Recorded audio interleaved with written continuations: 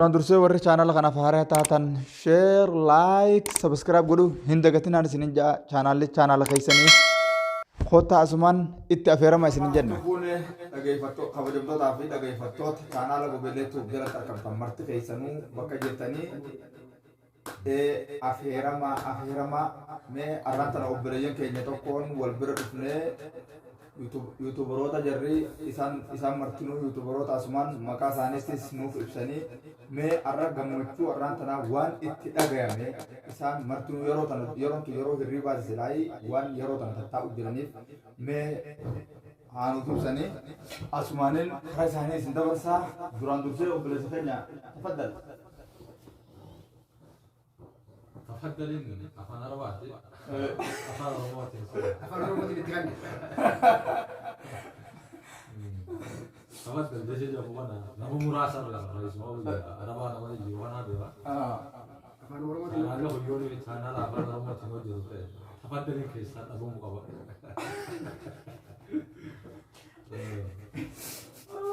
أسمان إسرائيل أيه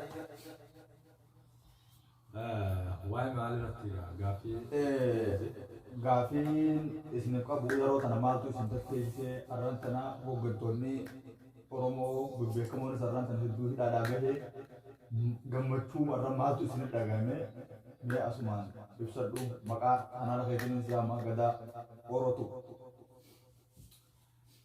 Bayyan maaltu yeroo tana isin teessaa kan jiru Sandeebiin gabaabaadhaa guyyaan irraa guyyaa gammachuuti. Gammachuu irraa kan ta'e irraa nutis akkanumatti teenyee ibsachaa jirraa warreen silaa walitti dhufuu danda'anii ibsatan.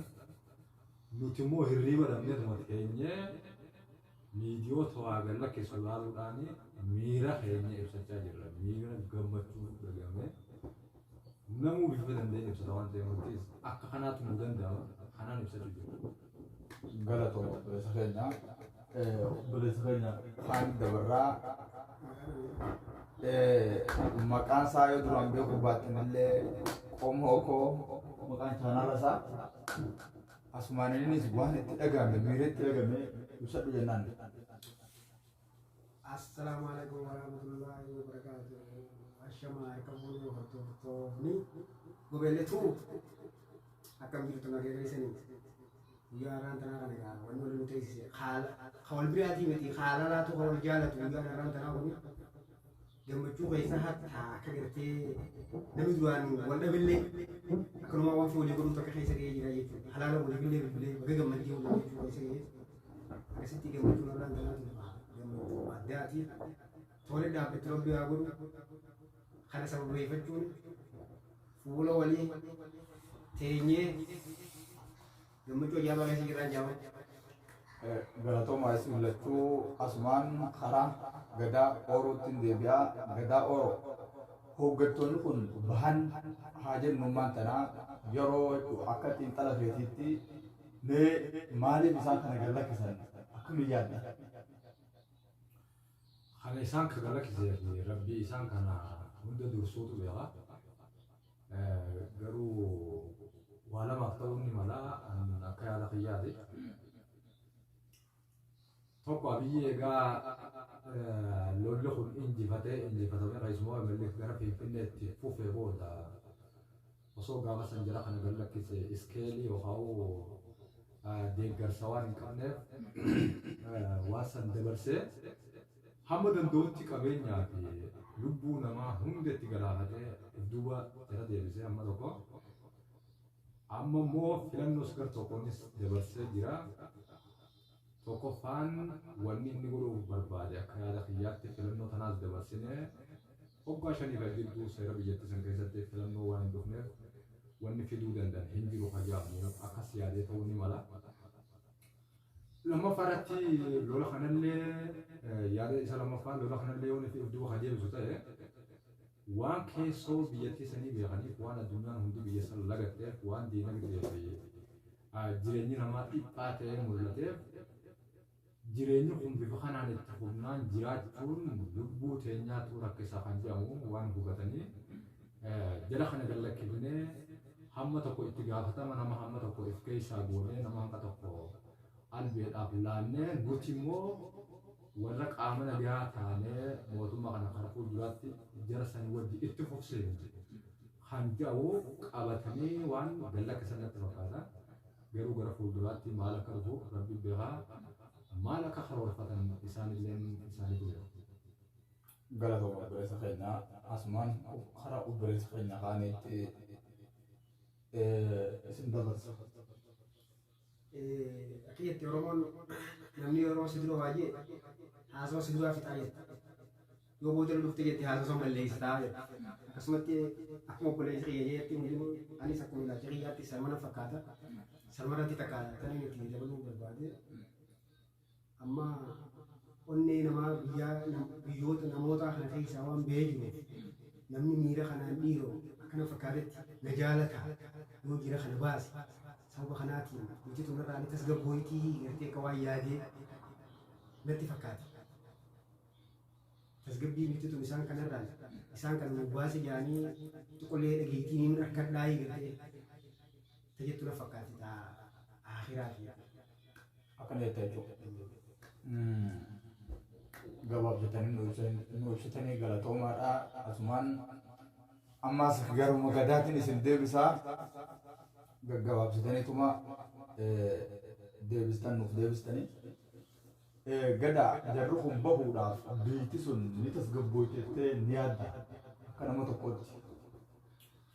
Iyyan dhibbaan dhibbatti jechuun biitti takka yeroo osoo hin dammaqin abbaa feetan buluu dandeesse. Akkuma gaafa duraanii gaafa Haile Sillaasee gaafa Minilik gaafa maal jedhanii nutti ibsaa turan.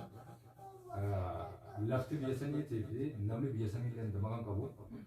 Amma booda kana namni amma jiru kun jenereeshinii yookaan dhaloonni maanta jiru kun dammaqa waan ta'eef lama dammoo deebisee hubannaa maal bilisummaan akka ta'e namni mirkabuu fi kabachiisee jiraachuun jireenya mi'aa akkam akka qabu waan yaadanii namayyuu beekuuf jecha dhuguma gaafa